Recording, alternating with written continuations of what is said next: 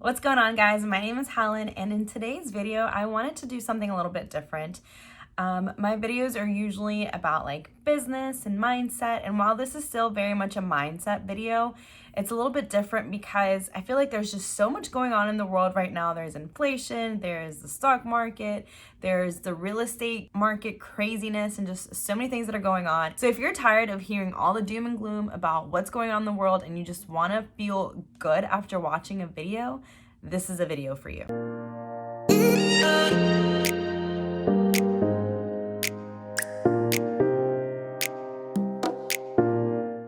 Okay, so I would be lying if I said that I wasn't experiencing any anxiety during this period. I definitely am.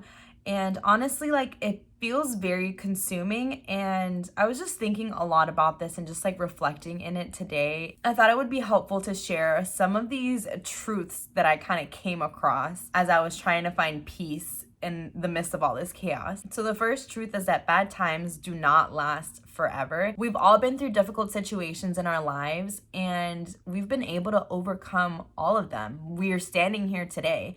So we've been able to learn and grow from those difficult situations, take what, the lesson was and move forward. And also, even in those hard times, I think it's easy for us to forget that there are still good things like in the works, even through those difficult situations. But I'm here to tell you and remind you that just because it seems like the world is on fire right now, it doesn't mean that God isn't still working on our behalf. He uses everything. He uses our weaknesses. He uses these bad times, just everything he is using for a greater good and a greater purpose and a bigger plan. And a lot of the times, like these difficult situations are part of his plan. Not that he wants bad for us, but more so that he wants us to learn and grow. And like this is a way for our faith and just like our character to be built so that we can go on and withstand other situations later on. We can learn, we can help other people through some difficult situations. Just rest assured that God is still working. And if you don't believe me, I'm gonna share with you a verse that really stood out to me and I felt like it fit perfectly with this point. So this is from Romans 5:3. More than that, we rejoice in our sufferings, knowing that suffering produces endurance, and endurance produces character, and character produces hope. And hope does not put us to shame because God's love has been poured into our hearts through the Holy Spirit who has been given to us. So you're not going alone on this journey. God is with you. The Holy Spirit is with you. And like it says in the verse, you can't get to this place of having character and developing your character without going through these difficult times. So even though it doesn't feel the best in this moment, just know that God is working and molding you and building you up to be the person that you need to be. We tend to get really down whenever we face difficult times and we think that there's no good in it. But I came across this other verse which really just kind of put it into a different perspective. So this is from James 1:2-4.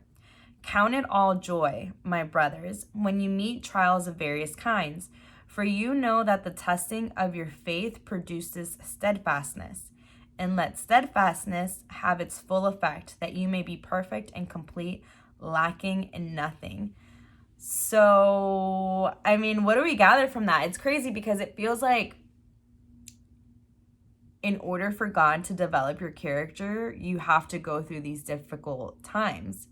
And it should be a joy that God is choosing you to weather these storms because one, he knows that you can handle it. And two, he's working on you. So this is a journey of growth. And like when things get difficult, it's like, woohoo, like God has chosen me to weather the storm, to build up my character, and to take on everything that he has for me. And if you're thinking, yes, Helen, that all sounds great, but I still feel overwhelmed, then let me remind you that you can really only take it one day at a time.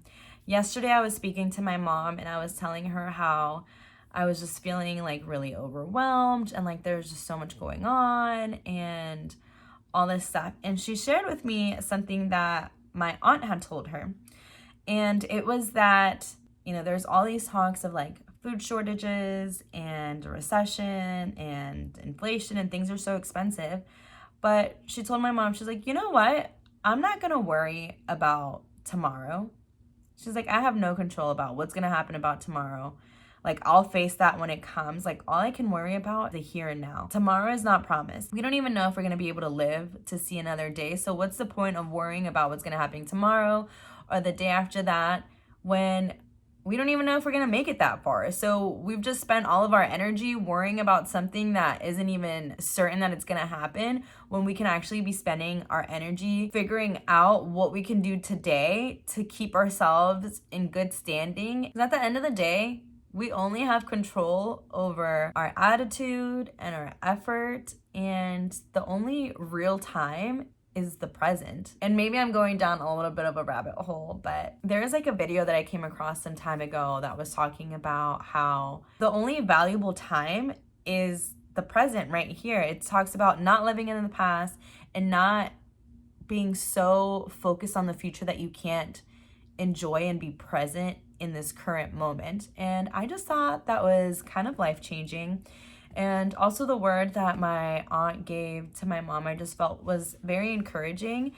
And my aunt, she's in her like late 50s, so she's seen a lot of the world. And, you know, I'm sure she's had her fair share of difficult situations that she's had to navigate through. And I just felt like these were just such wise words, like just focus on the here and now. There's nothing else that we can do. We can't control the future. Worrying about the future isn't going to change what's going to happen in the future. It's only going to add to our stress. Just, it kind of takes our power away. I'm not saying don't prepare. Yeah, of course, prepare in the ways that you can, but don't worry yourself sick about something that we don't even know when it's gonna happen, how it's gonna happen. Just focus on today and what you can do today. That's it. Also, I feel like the anticipation for things is really what drives us crazy. Do you guys remember when there were first the talks of COVID coming here to the US? I, for one, I was like, oh, you know, like that's all the way out in like China, like there's no way it'll make it here, like that just doesn't even sound real. And then very quickly COVID made landfall in the US and things started to change very quickly. I was working from home with my husband. We were literally watching the news every day, all day. Like that's all we did. Like we were working and then had the news in the background all day, listening to like all the updates and all this stuff. And one night we were laying in bed. Mind you, we had been cooped up in the house for 2 weeks already. Jose, I think, looks over to me and he's like, oh, I feel like I can't breathe. And I was like, oh my gosh, I feel like I can't breathe, but I didn't want to say anything. And this was back during the time when they were saying like one of the biggest symptoms of COVID was like the shortness of breath and like not being able to breathe. And I realize now that that was literally like panic and anxiety that was like fueling this feeling of us not being able to breathe. It wasn't COVID because we didn't have COVID at that point. It was literally just like thinking about like, oh my gosh, like if we get COVID, like what is that going to be like, blah, blah, blah. And like our body was starting to like produce these symptoms that weren't even real because of the anxiety of the anticipation of like, oh my gosh, like what would happen if I got COVID? Everyone was scared. Everyone was scared. And I think as time progressed, I got COVID, Jose got COVID, like we were both able to make it through, like we were fine. And it, honestly, it didn't hit me that hard. He just had a lot of fever and we had it at different times. So once we actually like went through it and realized how it really panned out for us, we're like, okay, like we didn't really need to be as scared as we thought we had to be about this. And I think that is just true for a lot of things in our life. Like the anticipation of something happening is when all the overthinking and the worry and all of that happens. But then once you actually get into it, it's just kind of like, okay, like we just have to confront this now. Like we have to deal with it now that we're in it. And then when you're dealing with it, it's like you're just so focused on finding a way to get through it that you're not as worried anymore. Then you get past it and looking back, you're like, that actually wasn't as bad as I was making it up to be in my head. So the lesson is that right now there's all these talks about a recession that's coming, food shortages, blah, blah, blah, all these things. And I feel like the media tends to like do a lot of fear mongering because that's what gets ratings, that's what gets views. Whenever they have people in a panic, like that's when people want to tune in and be like, okay, like what's the update? What's going on? Like I want to know what's happening and all this stuff. It's just not helpful for us. And it could even be possible that things will actually not even be as bad as they're predicting them to be. Like there's so much that could happen from here until then. Like Jesus could come back, sweep us all up and like take us away. You know, there could be like a huge meteor that hits the earth and like we all wipe out. Things could just like start to get better, you know, and then it's not as big of a problem as we thought it was going to be. So just be very mindful of the type of content, news, and just things that you're allowing into your mind during this time, because I feel like we're all in a very vulnerable space. I think we're all still recovering from the aftermaths of a pandemic, what that has meant for the world. In a way, I feel like we're still like in this kind of like fight or flight mode, which just has us very, very vulnerable on top of everything that's going on. So my suggestion is only tune into things that are going to encourage you, that are going to make you feel like you have what you need in order to tackle what's to come. Don't give in to the fear mongering. Don't let go of your hope. There is always a light at the end of the tunnel. We've made it through so many other crazy situations before, and we will make it through this one as well. If we were able to make it through the pandemic, I mean, what better sign that we can make it through this economic recession or whatever it is that comes our way. And let me be clear, by no means am I saying don't make the appropriate preparations. Start saving, start spending less, do the things that you need to do to set yourself up so that you can be in the best place possible to confront whatever may come. You know, do what you need to do to take care of yourself and take care of your family. Like at the end of the day, that's what everyone's going to be doing.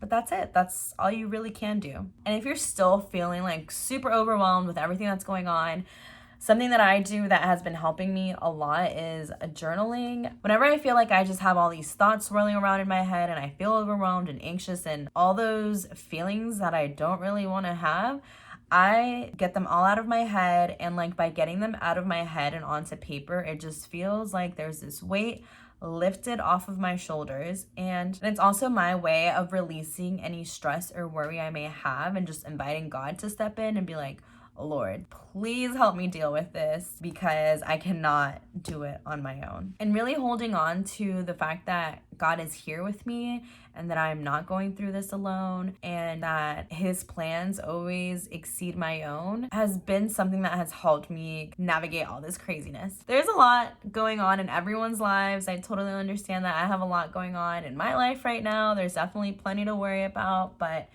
I am just gonna let God take the driver's seat. I'm gonna do the best that I can to put myself and my family in a good position. But outside of that, like there's not much that I can control. So I'm still gonna enjoy my life as much as I can. I'm gonna go on my walks. I'm gonna go to the pool because it's open now. Just try to live as worry-free as I can. We've got this. Let's just take it one day at a time and keep pushing forward. So if you found today's video encouraging, please make sure to give it a thumbs up. And if you haven't already, please make sure to subscribe so we can grow with each other along on our journeys. And I will catch you in the next video. Bye.